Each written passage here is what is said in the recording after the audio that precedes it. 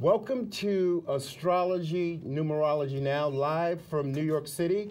I'm your host, Z Starman. The show is shown throughout the World Wide Web, and my special guest for tonight's show, starting off our first show of the new year, is Michael Luton.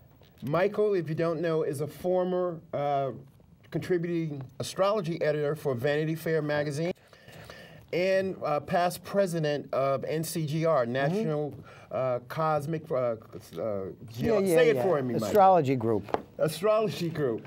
And the cool thing about Michael, I like his take on astrology and numerology. He's known throughout the world, from here, Europe, all over the place, and he's here to share his insights for 2011 and what's coming up in the next year for us. Now, an e-book called Made in Heaven. Tell us about Made in Heaven. Well, Made in Heaven is not actually my latest book. I wrote that several years ago, and it's been in 7 printings. And we now just made it into an e-book on my website because we've just had so many requests for it that we just couldn't keep up with it. So now everybody wants an e-book. That's what we got. And we're going to tell you later on in the show how to get a copy of Michael's book. May I just say one thing? You can. The reason that we named it Made in Heaven because it's really the astrology of why the people you're attracted to eventually drive you crazy. And I don't think I've ever known anybody who didn't have that little piece of truth. Sunshine, the astrology of being happy. Michael, tell us why you wrote this book. I was trying to write that book for 22 years, and I could never get it published. And finally, my editor at Simon & Schuster finally got the joke that it was really an important piece for me to write. It was a great research of mine.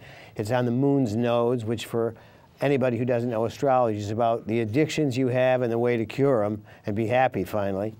And so she finally published it. How about people who naturally sometimes get along from an astrological point of view?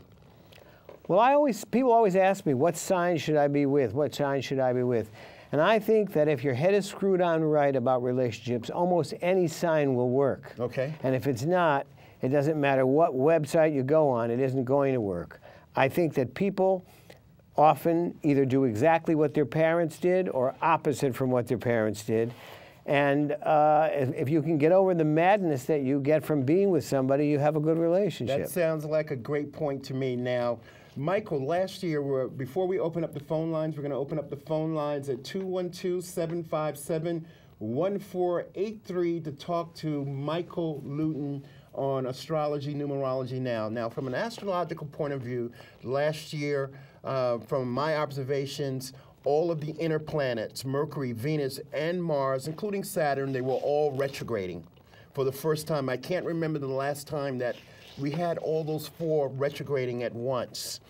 And the effect on the planet Earth into 2010. Now, into 2011, we have some new planets that people in our time, in our generation, are going to see for the first time. For example, and I believe April, Uranus enters the sign of Aries, or March 12th, yeah. March 12th, Uranus enters the sign of Aries. Neptune enters the sign of Pisces briefly, then comes back out. Right. Could you elaborate on what we should expect for that? Well, I think this is an unusual time in society, mainly because in the next 10 weeks, all 3 outer planets are toward the end of the zodiac, and that's never been happening in our time of life. Right. So that's one of the reasons why it seems like the world is ending. And could you tell our viewers the 3 outer planets that you and I know? Sure.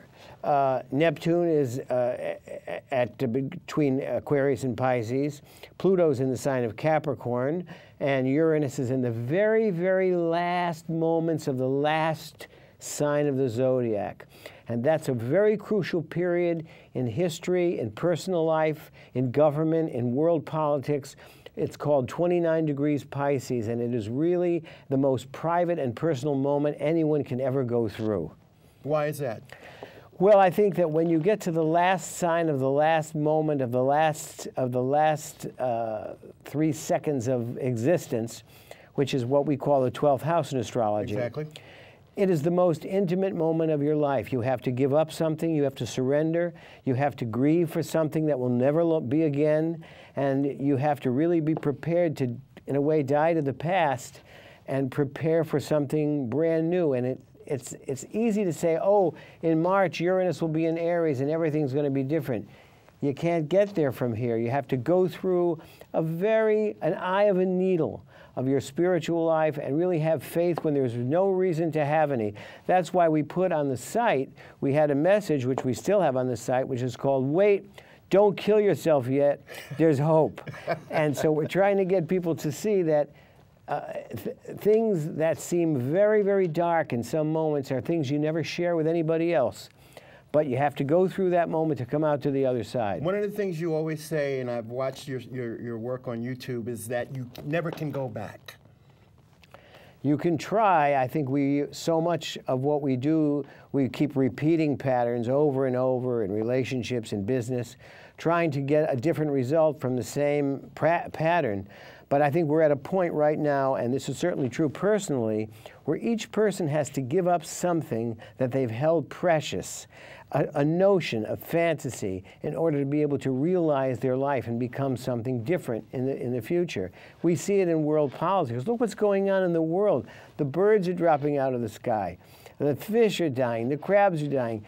And people always say to me, well, what is this thing with the Mayan calendar, right? Right, of course.